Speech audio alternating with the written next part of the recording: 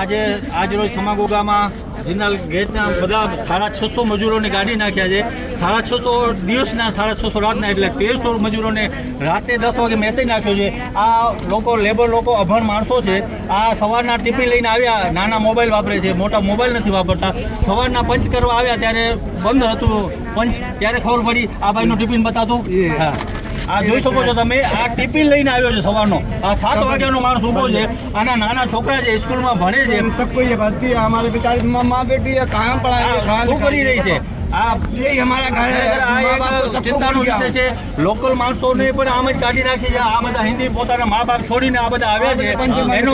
એના નાના છોકરાને આજે ભણાવે છે સ્કૂલમાં. એ લોકોનો ખર્ચા કેમ ચલાવશે? ભાડાના રૂમમાં રહે છે અને રાતે 10 વાગે મેસેજ નાખે છે કે તમે કાલે તમારી ડ્યુટી નથી.